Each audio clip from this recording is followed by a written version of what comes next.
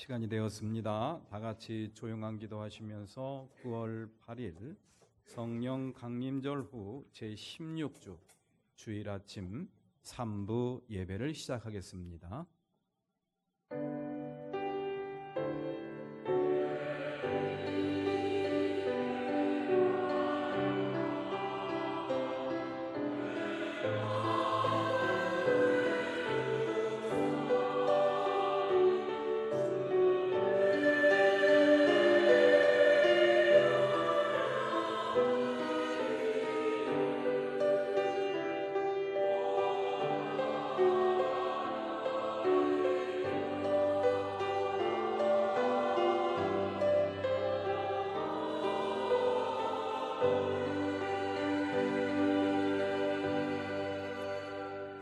주님의 한결같은 사랑이 생명보다 더 소중하기에 내 입술로 주님께 영광을 돌립니다. 이 생명 다하도록 주님을 찬양하렵니다. 내가 손을 들어서 주의 이름을 찬양하렵니다. 아멘.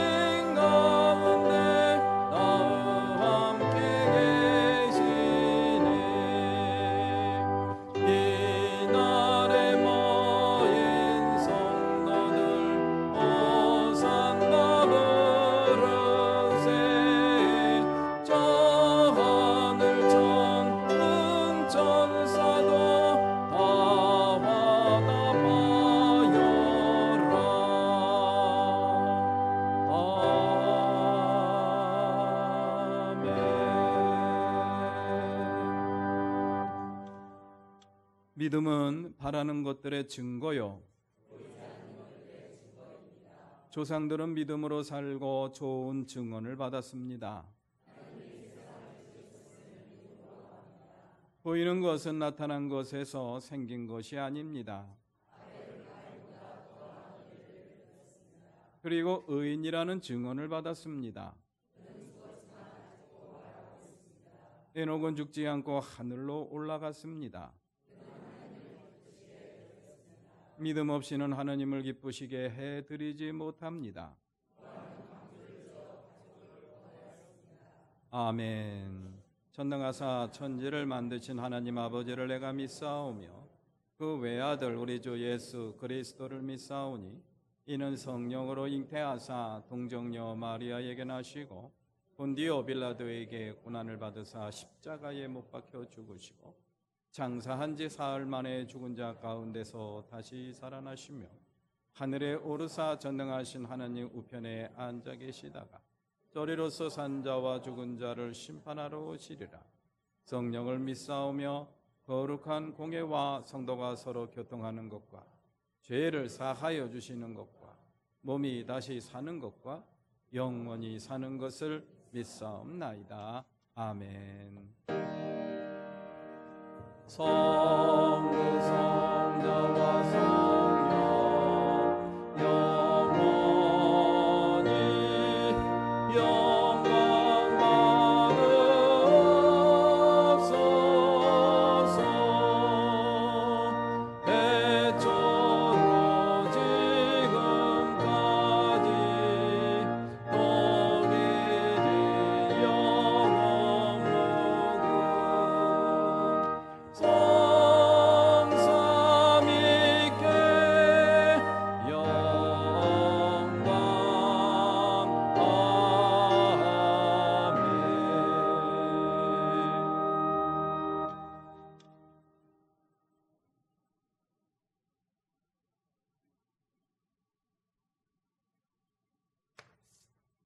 사랑이 많으신 하나님 아버지, 이 시간 우리의 마음을 모아 찬양받기 합당하신 주님께 모든 영광과 경배를 올려드립니다.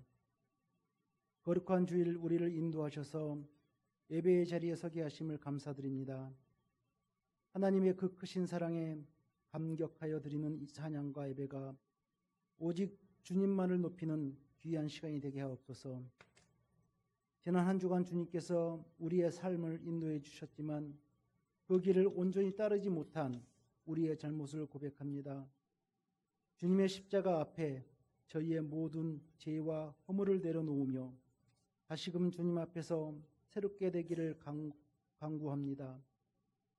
주님의 보혈로 저희의 모든 죄를 깨끗이 씻어주시고 우리를 새롭게 하시는 주님의 은혜로 저의 마음을 가득 채워 주시옵소서. 주님의 손을 붙들고 매일 삶 속에서 주님을 따라가는 삶을 살기를 다짐합니다. 이 세상에서 주님의 영광을 드러내는 삶을 살고자 하오니 우리가 이 다짐을 지킬 수 있도록 도와주시옵소서. 저희가 세상의 유혹에 흔들리지 않고 주님만을 바라보며 올바른 길을 걸어가게 붙들어 주시옵소서. 7월의 긴 장마와 8월의 폭염 속에서 저희들을 건강하게 지켜주신 은혜에 감사드립니다. 또 9월에는 매운 공동체가 종교인 수련회를 계획하고 준비하고 있습니다. 종교인들을 참여로 주님께 영광 드릴 수 있는 수련회가 되기를 간절히 기도합니다. 은혜 놓으신 하나님, 각종 질병으로 치료 중에 있는 성도들에게 주의 보혈로 안수하시고 은혜로서 병 고침을 경험케 하옵소서. 또한 가족에게도 몸과 마음이 지치지 않도록 힘과 용기를 주시며 어떤 상황 가운데서도 늘 함께 하시는 하나님을 온전히 의지하게 하여 주시옵소서. 이 시간 아름다운 목소리로 마음을 담아 복조 있는 기도를 올려드리는 찬양대의 찬양을 흠양하시며 찬양대원들의 헌신과 열정을 기억하여 주시옵소서. 또한 교회 곳곳에서 섬기고 있는 손길들을 기억하시고 축복하여 주시옵소서. 직장의 근무지에서 지방 출장에서 하나님을 섬기는 손길과 해외에서 군에서 향하는 가족들이 있습니다. 이들에게 용기를 더하여 주시고 축복하여 주시옵소서. 또한 영상으로 예배를 드리는 매운 공동체의 가족에게 은혜로서 축복하여 주시옵소서.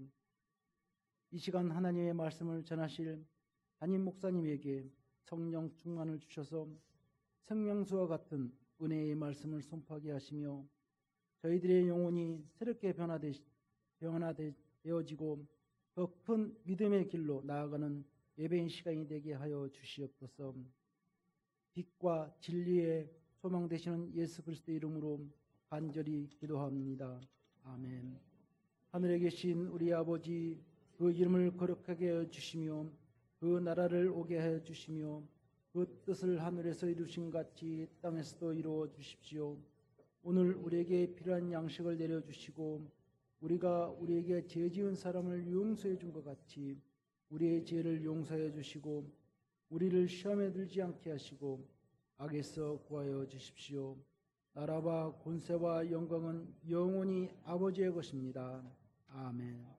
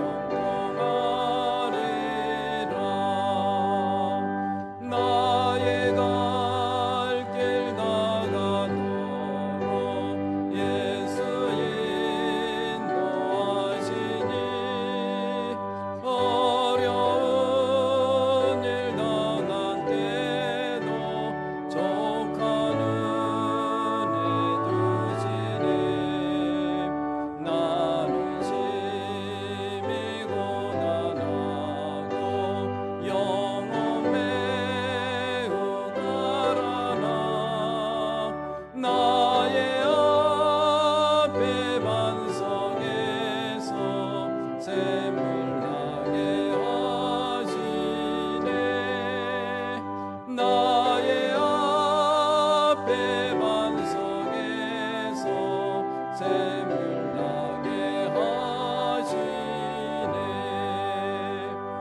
나의 갈 길 나가도록 예수 인도하시니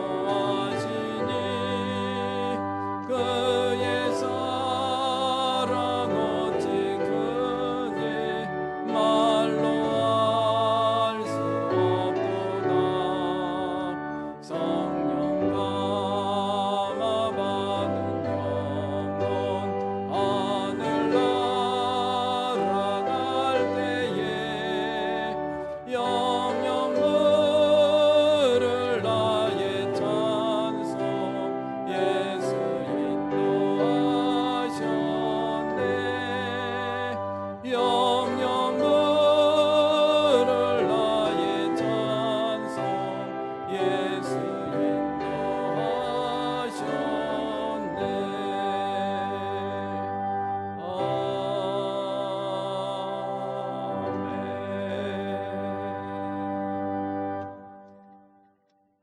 다 같이 일어나셔서 시 127편 말씀을 나누어 봉독합니다. 시 127편 1절을 제가 먼저 봉독합니다. 주님께서 집을 세우지 아니하시면 집을 세우는 사람의 수고가 헛되며 주님께서 성을 지키지 아니하시면 파수꾼의 깨어 있음이 헛된 일이다.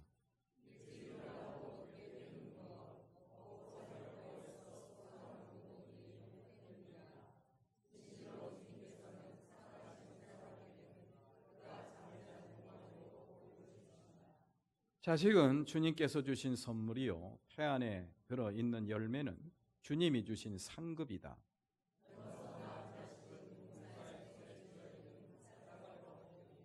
그런 화살이 화살통에 가득한 용사에게는 복이 있다. 그들은 성문에서 원수들과 담판할 때에 부끄러움을 당하지 아니할 것이다. 아멘. 모든 것이 주께로부터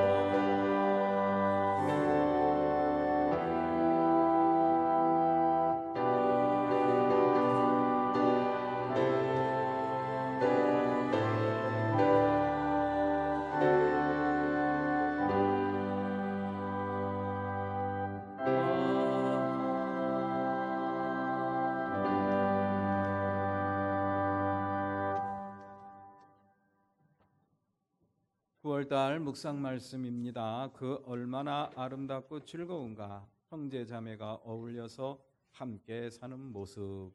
시 133편 1절 말씀. 성경 말씀에 감탄 문장으로 쓰여진 성경 말씀은 그렇게 흔치 않습니다. 아마도 제가 생각하기에는 이것 말고 다른 거를 좀 본 기억이 없어요. 감탄문. 감탄을 한다. 무엇 때문에 이렇게 감탄을 하는가? 형제 자매가 함께 어울려서 사는 모습, 그거를 하나님께서는 너무너무 좋아하신다라는 그런 뜻이죠. 이제 다음 주에 추석절을 맞이할 텐데 우리 형제 자매가 함께 어울려서 즐거운 시간 보내셨으면 좋겠고요. 그리고 28일, 29일 전교인 수련회 우리 교우들, 믿음의 교우들 함께 어울려 사는 모습 함께 하느님께 보여드리고 또 그런 기쁨을 누릴 수 있는 기회가 되었으면 참 좋겠습니다. 오늘 오후 예배는 성만찬 예배로 드립니다. 그리고 다음 주일 오후 예배는 원래 연합석회인데 연합석회는 이번 달에는 생략하겠습니다. 각 석회별로 알아서 해주시고요. 다음 주 오후 예배는 없습니다. 중식도 없고요. 그리고 그 다음 주일 9월 22일 주일에는 우리 7여선교회 헌신예배 준비해 주시기를 바랍니다. 마지막 주일에는 전교인 수련회가 있어서 헌신예배를 드릴 수가 없습니다. 그렇게 준비해 주시기를 부탁을 드립니다. 추석 명절 가족 예배서 현관 탁자에 준비되어 있으니까 필요하신 만큼 가져가시고요. 그리고 교회 홈페이지에도 올려놨으니까 교회 홈페이지 예배서 및 공문서란에 올려놨으니까 내려받으셔서 사용하시면 되겠습니다. 2024년 전교인 수련회 관련 공지입니다. 은혜로운 수련회가 되도록 기도 많이 해주시기를 부탁을 드리고요. 그리고 역할을 맡은 분들께서는 수시로 논의하시면서 준비해 주시기를 부탁을 드립니다. 그리고 신청서를 아직 내시지 못한 교우께서도 아직 참여가 가능합니다. 수련회 직전 날까지 사무실이나 각 선교회장님께 알려주시면 차편을 마련하도록 그렇게 하겠습니다.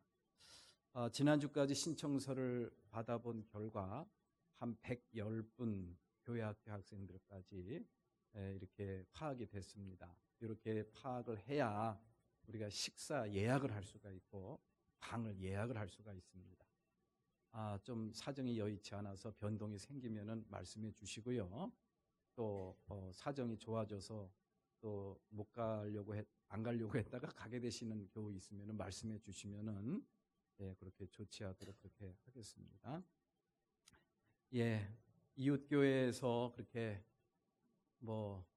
교인들이 이렇게 수련회를 가고 하면 그게 그렇게 부럽더라고요. 그래서 우리 교회도 좀 가을 소풍도 가고 봄 소풍도 가면 좋겠다라는 생각을 늘 하고 있다가 차일피일 미루다가 이번에 이렇게 시도를 하게 되었습니다. 많이 협조해 주셔서 감사드리고요. 은혜로운 수련회가 될 수 있도록 여러분들 기도 많이 해주시기를 부탁을 드립니다. 다음 주에는 차편과 또 방배정에 대한 내용을 공지를 하도록 할 테니까 이렇게 참고해 주시기를 바랍니다. 신앙공동체를 위한 나눔과 헌신입니다. 이남선교회에서 오늘 중식 봉사해 주십니다. 맛있는 그런 국수를 준비하신 것 같은데요. 맛있게 드시기를 바라고요. 연회와 지방의 주요 일정입니다. 영통지방의 교육자 회의 있습니다. 기도드리겠습니다. 자비로우시고 은혜가 풍성하신 하나님 아버지 감사합니다. 지난 한 주간도 은혜 가운데 지켜주시고 오늘 거룩하고 복된 날 저희들 주님 전에 불러주시어 예배자로 앉혀주시니 감사를 드립니다. 저희들을 불러주시고 이 자리에 앉혀주신 주님, 저희들의 마음도 주장하여 주셔서 마음과 뜻과 정성을 다 드리게 하시고 신령과 진정한 예배로 하나님 앞에 영광 돌릴 수 있도록 저희들의 마음을 주장해 주시기를 간절히 원합니다. 하나님 아버지, 이 한 시간도 예배하는 자에게 내려주시는 하나님의 크신 은혜를 갈망하오니 이 한 시간 주님을 마주하는 사랑하는 모든 권속들에게 크신 은혜 내려주시옵소서. 하나님을 바라볼 수 있도록 눈을 열어주시고 이 한 시간도 주시는 말씀 들을 수 있도록 귀를 열어주시고 마음의 거룩한 헌신의 결심과 다짐을 할 수 있도록 마음의 문을 활짝 열어주시옵소서. 이 한 시간도 저희들의 믿음이 한층 더 성숙해지고 견고해지고 또 살아계신 주님을 만날 수 있는 기적의 시간, 은총의 시간이 되기를 간절히 소망합니다. 이 한 시간도 연약한 육신 힘을 얻게 도와주시고 병으로 인하여 고통당하는 사랑하는 권속들에게 하나님의 손길이 치료해 주시는 놀라운 치유의 시간이 되기를 원합니다. 이 한 시간도 준비한 예물을 드렸습니다. 예물을 드린 손길 주님께서 기억해 주시고 어여삐 여겨주시기를 원합니다. 저들 삶 속에 물질로 인하여 시험당하거나 어려움 당하지 않도록 물질의 축복도 허락해 주시기를 원합니다. 예물이 하나님의 나라와 영광을 위해서 소중하게 사용될 수 있도록 주님 성별해 주시고 축복하옵소서. 예수님의 이름으로 기도를 드립니다. 아멘.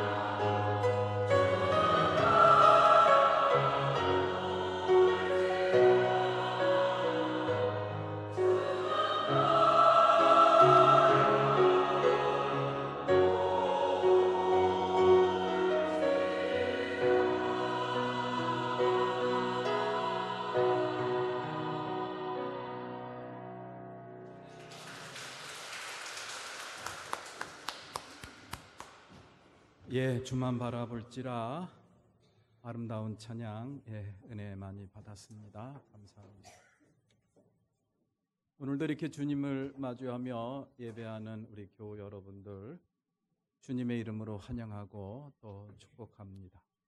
이 한 시간 다 같이 앞뒤 좌우를 보시면서 사랑합니다, 축복합니다, 인사 나누시겠습니다.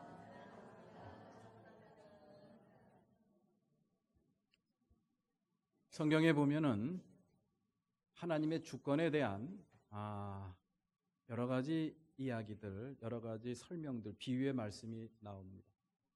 그 중에 하나가 날아가는 새 한 마리가 땅에 떨어지는 것도 하나님의 허락이 없이는 떨어진다, 안 떨어진다? 안 떨어진다. 떨어질 수가 없다. 하늘을 나는 새 한 마리, 참 보잘것 없죠.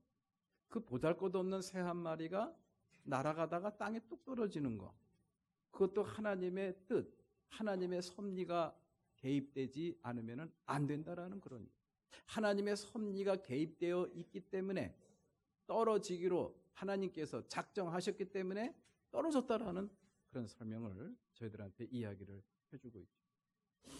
하나님이 허락하시면은 하나님이 허락하셔야 일이 된다라는 그런 내용의 그런 말씀. 이것을 갖다가 우리는 하나님의 주권이라고 이렇게 이야기를 합니다.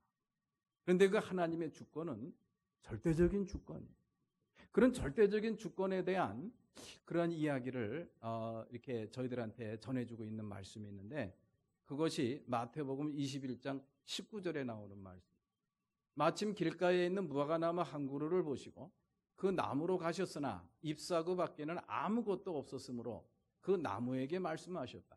이제부터 너는 영원히 열매를 맺지 못할 것이다. 그러자 무화과나무가 곧 말라 버렸다.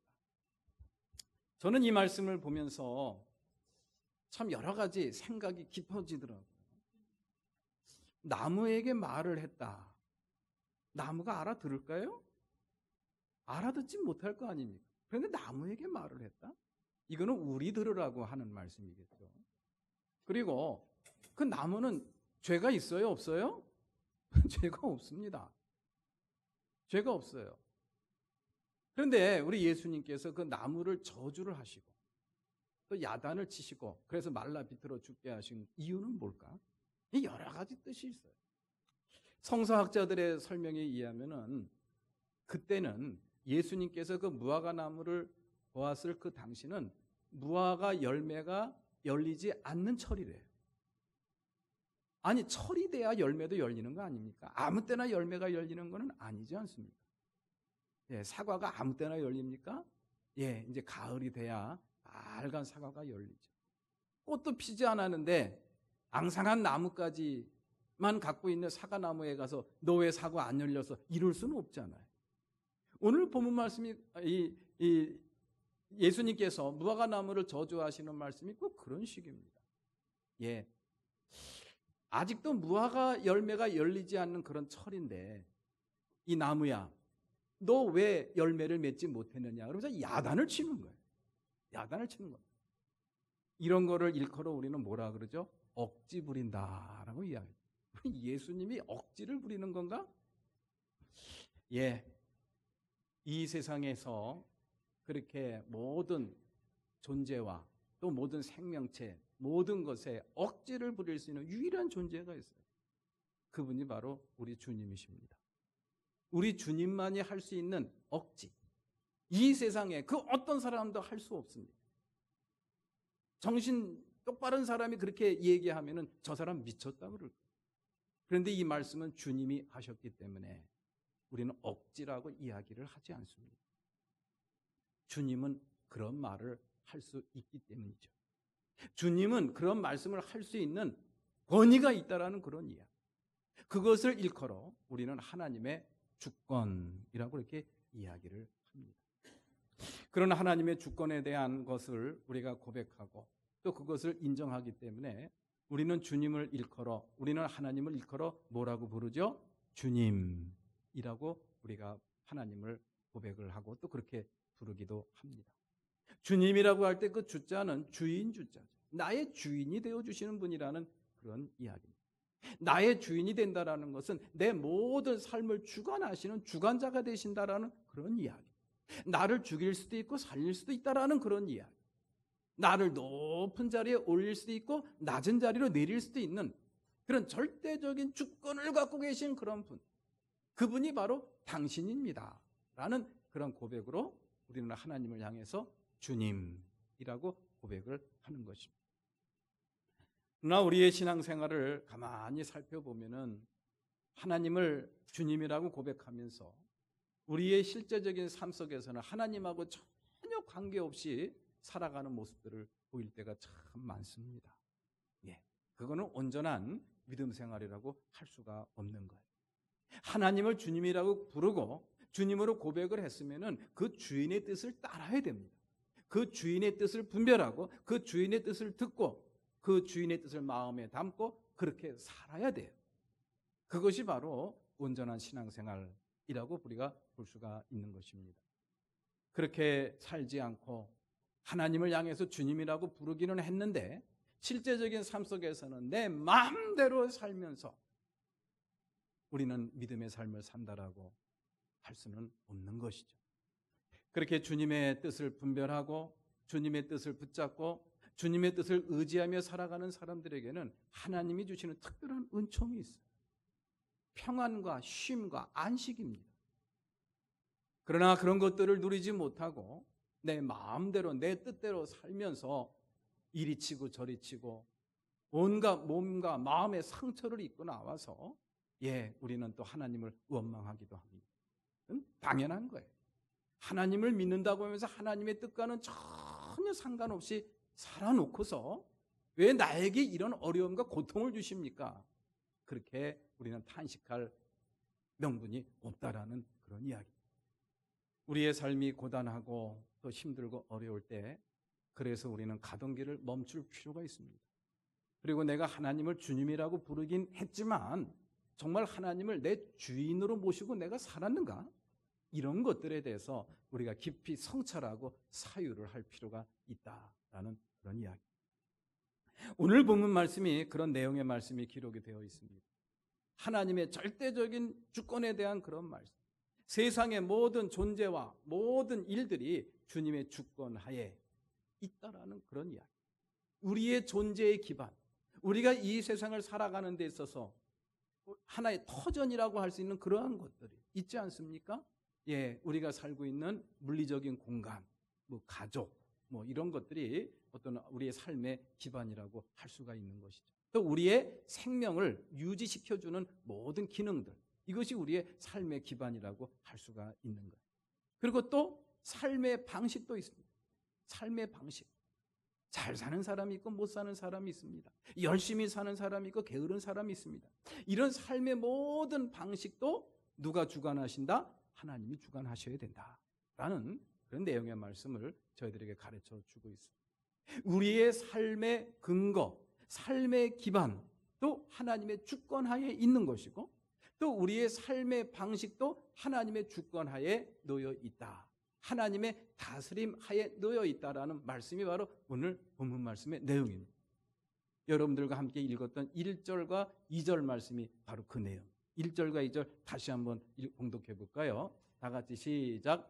주님께서 집을 세우지 아니하시면 집을 세우는 사람의 수고가 헛되며 주님께서 성을 지키지 아니하시면 파수꾼의 깨어 있음이 헛된 일이다. 2절. 일찍 일어나고 늦게 눕는 것, 먹고 살려고 애써 수고하는 모든 일이 헛된 일이다.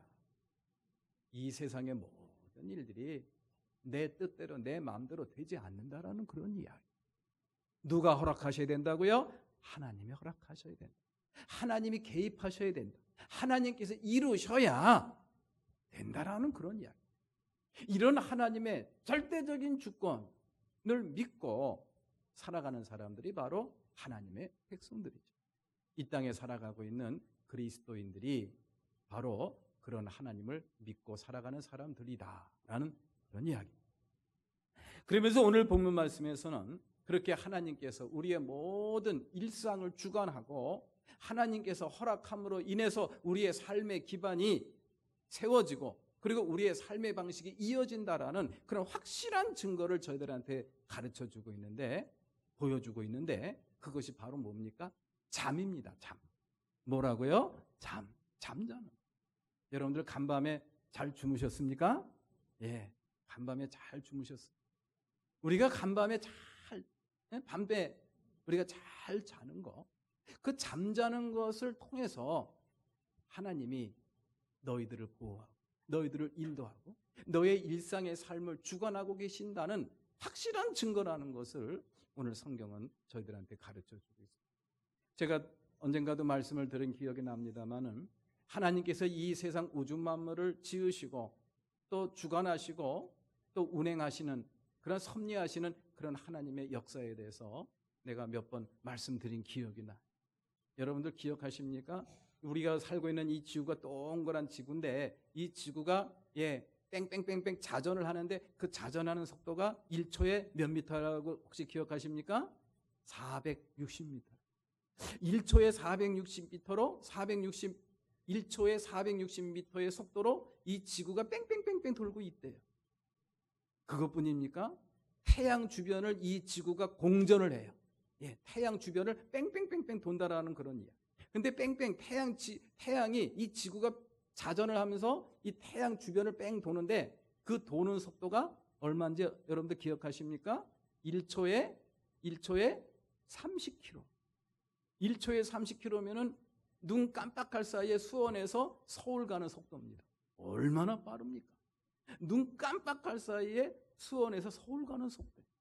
그 속도로 이 지구가 태양 주위를 뺑뺑 돌고 있는 거예요. 그 뺑뺑 도는 것뿐만 아니라 자기 스스로 자전을 1초에 460m의 속도로 돌고 있다라는 그런 이야기. 그런데 여러분들 그 속도 느낍니까? 못 느낍니까? 전혀 못 느끼죠.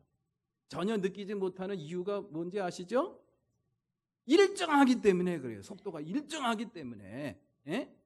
지구의 자전 속도가 1초에 460m로 자전하는 속도 한 번도 변한 적이 없어요. 그리고 1초에 30km를 날아가는 이 공전 속도 한 번도 지키지 않은 적이 없습니다. 그러니까 우리는 모르는 거예요.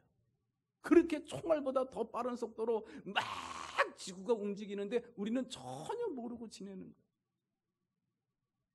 누가 하는 겁니까? 지가 알아서 스스로 하는 거예요? 그걸 갖다가 우리는 하나님이 하시는 것이다 라고 고백을 하는 거죠. 누군가 하기 때문에 이게 움직이는 거예요. 근데 그 누구를 세상 사람들은 지가 알아서 저절로 하는 자연의 원리다라고 이야기를 하고, 우리 믿는 사람들은 아니야. 하나님이 하시는 거야. 이 차이가 있는 거죠. 우리가 잠을 자는 것도 마찬가지예요. 여러분들 잠이라는 게 뭡니까? 내 의지와 내 노력과 내 모든 행위를 멈추는 거예요. 멈추는 겁니다. 그런데 아침에 일어나면 나는 여전히 살아있어요. 여러분들 신기하지 않습니까? 내가 숨쉬기 위해서 막 노력했어요? 전혀 노력하지 않았어요. 모든 것을 다 내려놓고 편안하게 자서 아침에 딱 깼더니 어머, 살아있는 거예요. 여러분들 신기하지 않습니까? 그러한 것들을 갖고 바디 바이블이라는 책을 쓰신 분이 있는데, 이창우 박사라고 의사 선생님이십니다. 이분이 이런 이야기를 했어요. 이분이 잠은 하나님께서 우리를 안으시는 시간이다. 그래서 오늘 본문 말씀 2절 하반절에서도요, 이렇게 저희들한테 가르쳐 주고 있어요. 2장 하반절 다 같이 시작. 사랑하는 사람에게는 그가 잠을 자는 동안에도 복을 주신다. 복이라는 게 뭡니까? 복이라는 게, 우리는 복 받았다 그러면은 그냥 뭐 물질의 복을 주로 생각을 하죠. 그리고 조금 나아가면은 명예복, 권력복도 있고, 그리고 장수, 오래 사는 장수복도 있고, 건강복도 있고, 또 자식복도 이야기를 합니다. 치아가 좋은 사람 치복도 있다고도 그렇게 이야기를 해요. 어쨌든 우리는 복 받았다 그러면은 내가 노력하지 않았는데 노력하는 것에 비해서, 아니면 전혀 노력하지 않았음에도 불구하고 내게 주어지는 그 모든 것들을 일컬어서 우리는 보통 뭐라고 이야기합니까? 복이라고 이야기를 하는 거예요. 잠이 그렇다라는 그런 이야기. 잠을 자는 거, 나는 전혀 노력하지 않는데 잘 잡니다. 근데 사람들은 그것이 그냥 저절로 그렇게 되는 걸로 이렇게 이해를 해요. 아닙니다. 오늘 성경 말씀에서 저희들에게 분명히 가르쳐주고 있지 않습니까? 그것은 바로 하나님이 여러분들을 사랑하신다는 증거다. 그것이 바로 하나님이 주시는 복이다 라는 사실을 성경은 오늘 저희들한테 이야기를 해주고 있습니다.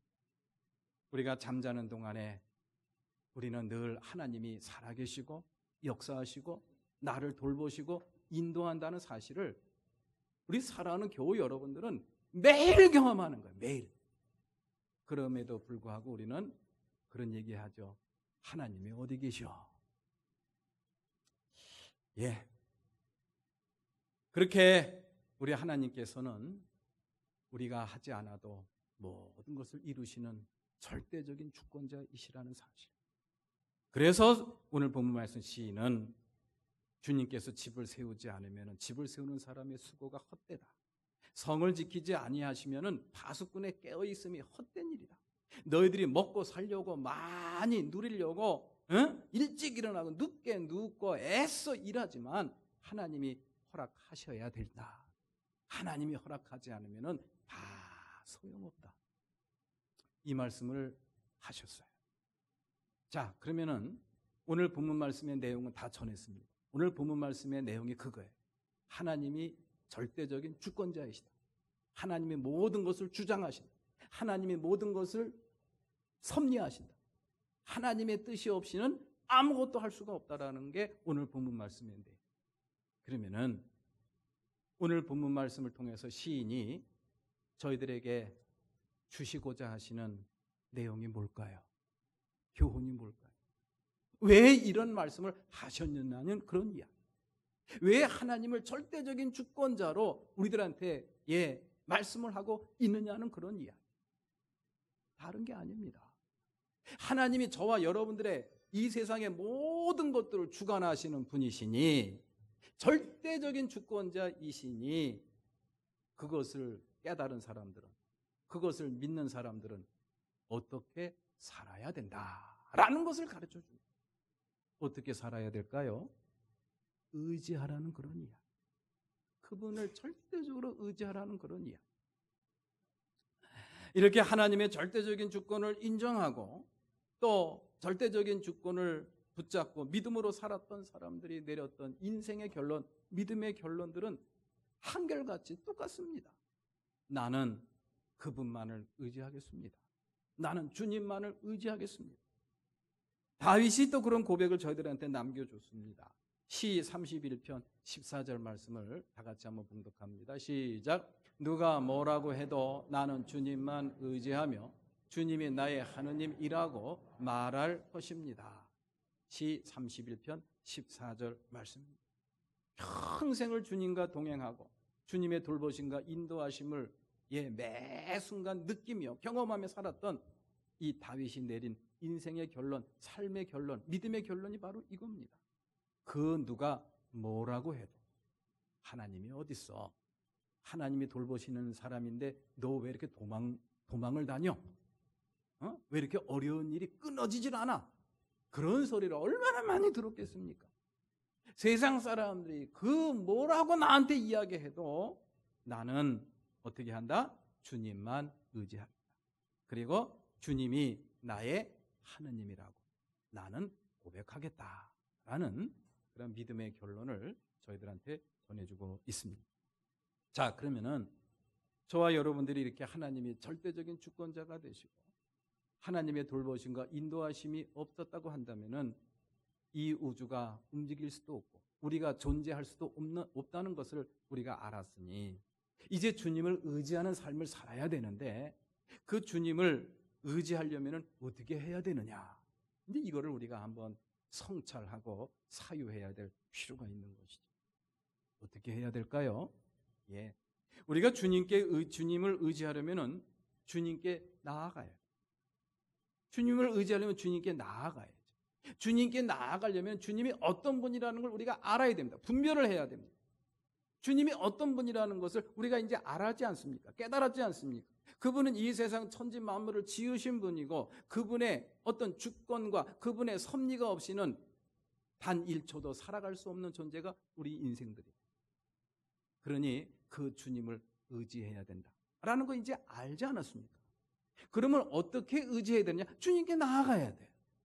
그런데 주님께 나아가려고 하는데 여러분들 주님 앞에 마주할 자신이 있습니까?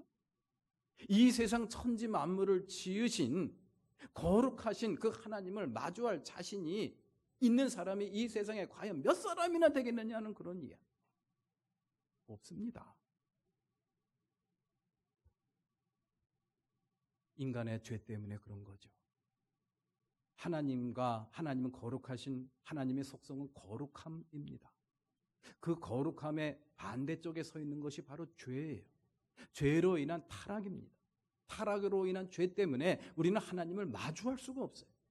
하나님을 마주하면 죽습니다.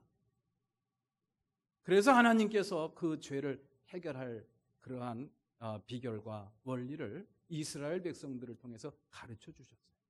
그것이 뭘까요? 제사입니다. 제사입니다. 이스라엘 백성들은 제사를 어떻게 지냈죠?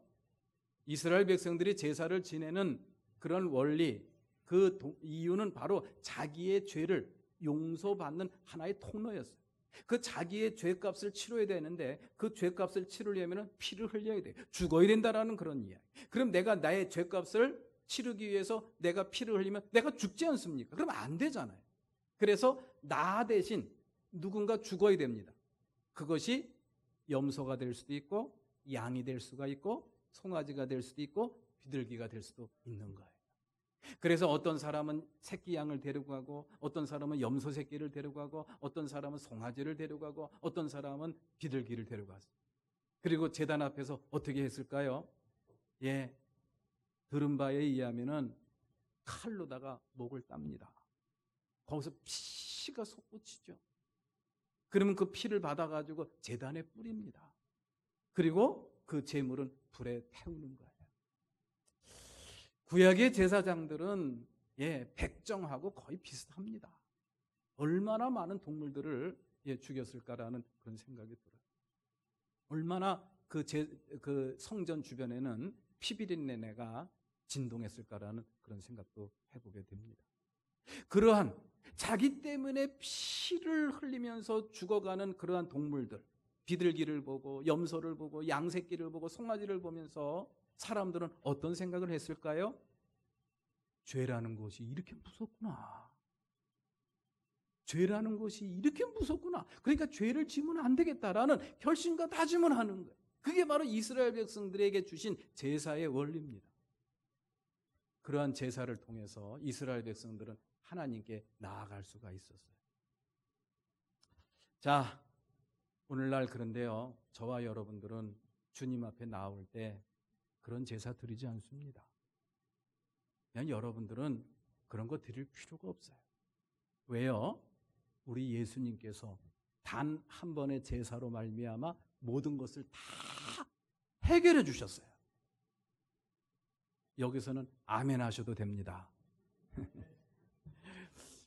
그렇지 않으면 여러분들 구약시대 같으면은 여러분들 빈손으로 나오면 안 돼요.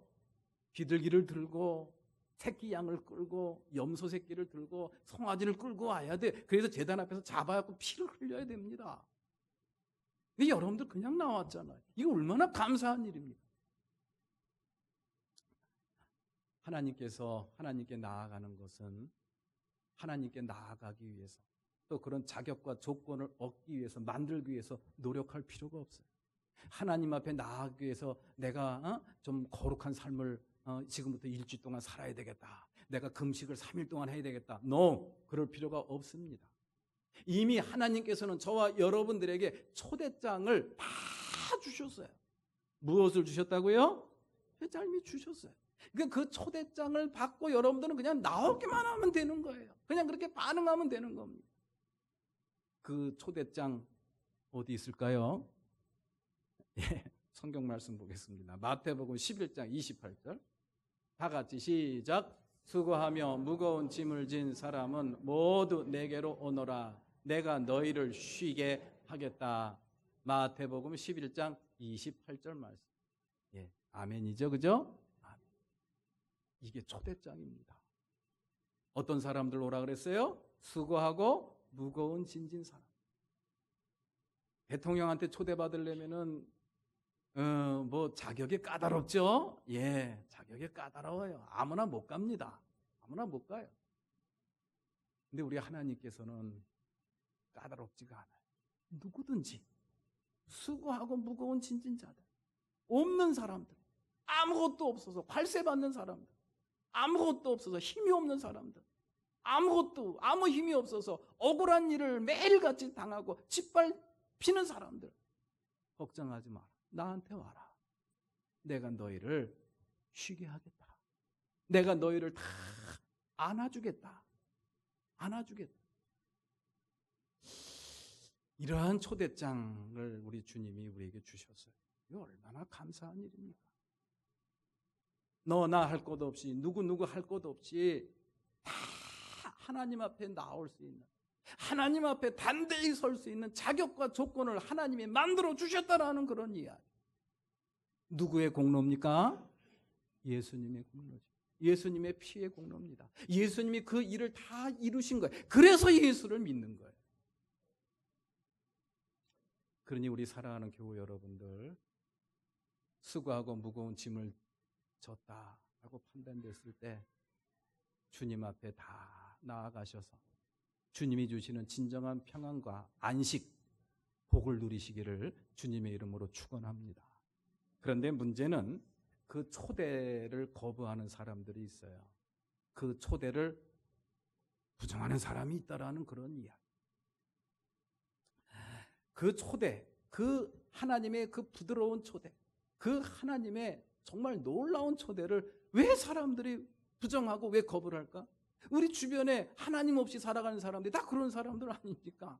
하나님께서는 누구나 다 오라 그랬는데 아우 나 싫어. 이런 사람들이 그 초대에 응한 사람보다 더 많이 있다라는 그런, 이게 왜 그러냐는 그런 이야기. 누구든지 다 오라 그랬는데 왜 사람들이 그걸 거부하느냐는 그런 이야기. 제가 이것을 곰곰이 생각해 보니까 내린 결론은 딱 하나입니다. 법적인 효력. 법적인 효력에 대해서 믿지를 못하는 거예요. 법적인 효력. 예, 우리 교회가 생긴 55년을 맞이했는데 처음으로 이렇게 전교인 수련회라는 것을 준비하면서 예, 가셨으면 좋겠습니다. 그러면서 이제 광고를 해가지고 많은 분들이 같이 협조를 했는데 만약에 꼭 오셔야 됩니다. 안 오시면은 여기 담임 목사가 한 달 동안 째려볼 겁니다. 그러면서 증서를 딱 만들어 놓고 공포를 했다고 한다면은 웬만하면 다 가실 거예요. 웬만하면. 근데 저 그런 말 안 했잖아요. 그냥 가면 좋겠습니다라고 온유하고 부드럽게 요청했잖아요. 그러니까 안 가도 되는구나. 일이 있으면 안 가도 되는구나. 그냥 편한 거예요. 여러분들의 자유와 여러분들의 선택을 존중하는 겁니다. 그러니까 안 가도 되지 뭐. 그냥 편안하게 생각하는 거예요. 그런데요, 수고하고 무거운 짐진 자들아 다 내게로 오라. 내가 너희를 편히 쉬게 하리라. 이거는요, 영적으로 보면은 그게 아니에요. 그냥 문자적으로 보면 굉장히 부드러운 초대장입니다. 굉장히 온유하고 따뜻한 초대장이에요. 그런데 영적으로 보면은 무시무시합니다. 영적인 효력이 있다라는, 법적인 효력이 존재한다라는 그런 이야기. 여러분들 검찰청에서 아무개 씨 몇월 며칠 몇 시에 검찰로 출두하세요. 출두 명령서가 딱 내려오면 가슴이 덜컥 내려앉죠. 아이고 이거 어떡하지? 그리고 만사를 제치고 아마 출두를 할 겁니다. 왜? 그 시간에 출두하지 않으면은 무엇을 치러야죠? 대가를 치러야 돼요. 벌금을 내든지 강제 구인되든지 대가를 치러야 됩니다. 대가를 치러야 되니까 무슨 수를 써서라도 거기에 응하는 거예요. 근데 하나님의 초대는 뭐 가도 되고 안 가도 되지 뭐. 그런 법적인 효력에 대해서 우리가 모르는 거예요. 그러나 우리 사랑하는 교우 여러분들, 그렇지 않습니다. 우리 하나님께서 저와 여러분들에게 주시는 이 초대장은 겉으로 보기에는 매우 온유하고 매우 부드럽게 보이지만 영적으로 보십시오. 이 안에는 무시무시한 그러한 법적인 효력이 존재한다는 사실, 우리가 깨달을 필요가 있습니다. 사느냐 죽느냐에 엄청난 기로에 설 수밖에 없는 그런 효력이 이 안에 있다라는 그런 이야기. 성경 말씀에 보면요, 이런 말씀이 있어요. 마태복음 7장 23절 말씀 한번 보시죠. 다 같이 시작. 그때에 내가 그들에게 분명히 말할 것이다. 나는 너희를 도무지 알지 못한다. 불법을 행하는 자들아, 내게서 물러가라. 아멘. 등불만 준비하고 기름을 준비하지 못한 사람들에게 이런 말씀하셨어요. 그리고 임금님의 아들 결혼식에 초대를 받았지만 예복을 준비하지 못해서 쫓겨난 사람, 주님의 하나님의 초대를 받긴 받았지만 제대로 응답하지 못한 사람들에 대한 심판의 말씀이 바로 이 말씀입니다. 이런 때가 온다라는 그런 이야기. 그러니 지금이라고 하는 이 순간에, 오늘이라고 하는 이 날에 주님의 초대에 응하라는 그런 이야기. 내일이면 늦을 수도 있습니다. 지금이라고 하는 이 시간, 주님께서 나에게 부드럽고 온유한 음성으로 나를 초대해 주셨사오니 주여, 내가 주님 품에 안기겠습니다. 주님의 말씀을 의지하겠습니다. 주님 품에 안길 수 있는 저와 여러분들이 되시기를 주님의 이름으로 기원합니다. 이러한 주님의 기회가 영원히 지속되지 않는다라는 그런 이야기, 문이 닫힐 때가 있다라는 그런 이야기. 늦었습니다. 아이고 깜빡하다 늦었습니다. 문 좀 열어주세요. 나는 너를 도무지 알지 못하겠다. 그냥 돌아가라. 이런 때가 온다라는 그런 이야기. 이 이야기는 요만큼만 할게요. 더 하면은 우리 목사님 겁준다라는 말씀할까 봐. 그런 때가 온다라는 이 말씀이 우리에게 주는 의미가 뭔가를 한번 깊이 성찰하면서 주님의 부드럽고 온유한 초대에 응할 수 있는 저와 여러분들이 되시기를 기원합니다. 주님 앞에 안기는 모습, 주님께서 우리에게 주시는 진정한 평화와 안식과 복이 뭔가 이야기를 하다가 제가 이런 이야기를 들었습니다. 엄마 품에 잠자는 아기의 모습. 참 편안하고, 세상에 그렇게 편안할 수가 없죠. 그렇게 행복하고 그렇게 참 예쁠 수가 없죠. 아이가 잠투정을 합니다. 여러분들, 잠투정을 하는 이유가 이 심리학자들은 그렇게 해석을 한대. 그 어린아이 그 유전 속에 담겨있는 죽음에 대한 공포와 두려움 때문에 잠투정을 한대. 내가 졸려서 눈을 감으면은 나 죽을지도 몰라 라는 이런 죽음에 대한 공포와 두려움. 물어볼 수도 없고 어떡합니까? 그냥 그렇다니까 그런 거 같아요. 그런 것들이 우리 인간에는 다 내재돼 있대요. 그렇기 때문에 잠이 막 올 때는 막 운대요. 그냥 안 자려고 우는 거겠죠. 그럴 때 엄마가 딱 가슴에 안고 젖을 탁 물리면 어떻게 해요? 아기가 새근새근 세상 모르게 자. 엄마 품에 안겨서 엄마 젖을 입에 딱 무는 순간 죽음이라는 단어도 잊어버리고 공포와 두려움이라는 단어조차 다 잊어버립니다. 세상 편하게 그렇게 자는 거예요. 하나님이 주시는, 하나님이 하나님을 믿는 사람들에게 주시는 복이라는 게 바로 이겁니다. 엄마 품에 잠투정하던 아이가 엄마 품에 안겨서 자는 그런 편안함과 그러한 행복한 그런 안식과 쉼, 여러분들 경험해 보셨습니까? 또 경험하기를 원하십니까? 이 세상에서는 그거 해줄 사람이 없어요. 주님만이 그것을 해줄 수 있다라는 그런 이야기.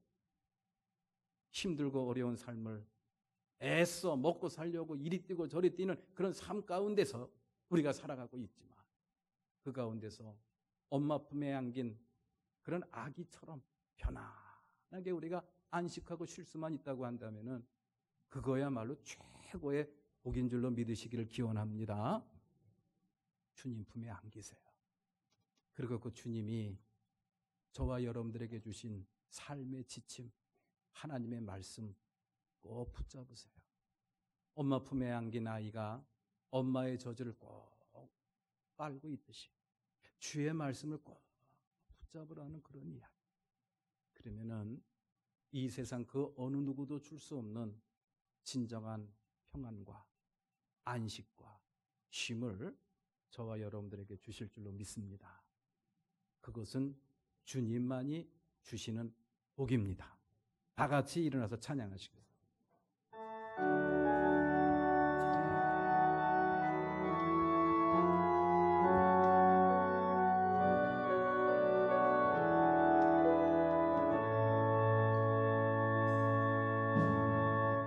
나의 영혼이 잠잠히 하나님만 바라며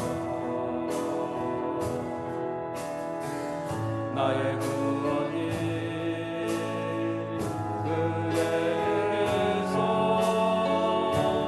나아내도다.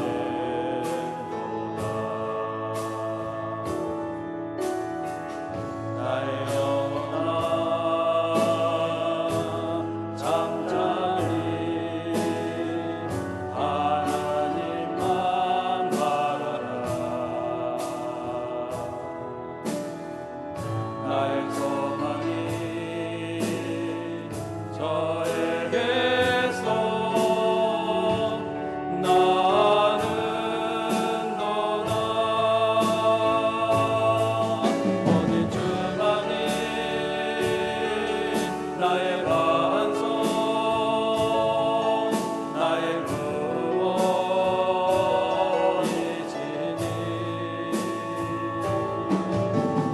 주만이 나의 산소 내가 요동치 아니하리.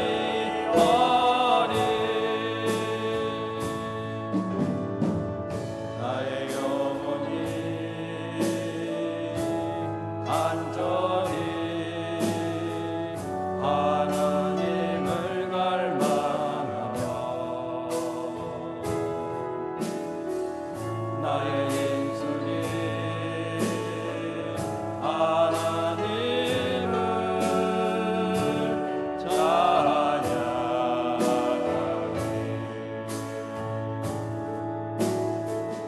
나의 영혼이 즐거이 하나님을 따르니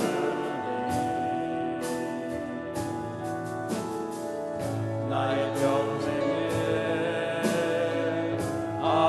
하나님을 송축하리. 오직 주만이 나의 반석 나의 구원이시니 주만이 나의 산소 내가 요동치 아니하리.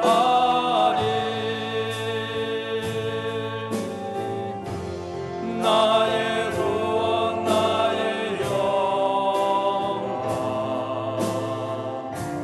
하나님께 있으니 내 힘의 반석과 피난처 되시네.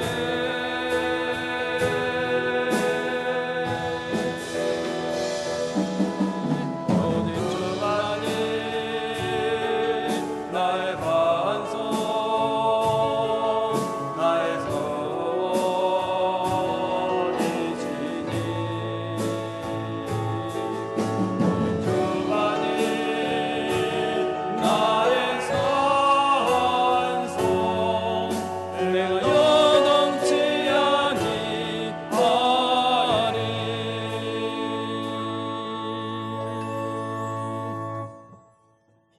나의 반석이 되시고 나의 산성이 되시고 나의 구원이 되시고 나의 영광이 되시는 주님 의지하여 흔들리지 않고 요동치 않는 굳건한 믿음의 삶을 잘 살아가겠습니다.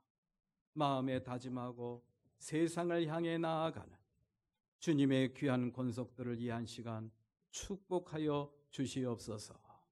이제는 우리 주 예수 그리스도의 은혜와 하나님 아버지의 크신 사랑과 성령님의 감화 감동 역사 내주하심, 주님을 마주하며 온전한 예배로 영광 돌리고 부드럽고 온유한 음성으로 저희를 초대하시는 주님, 그 주님의 초대에 기꺼이 응하여 하나님이 주시는 평안과 안식과 쉼이라는 놀라운 복을 누리는 아름답고 복된 신앙의 삶을 잘 살아가기로 다짐하고 나아가는 주님의 귀한 권속들 머리 위에, 저들의 가정 위에, 저들의 기업과 직장과 사업과 학업 위에 지금부터 영원토록 함께 하시옵기만을 간절히 축원하옵나이다. 아멘.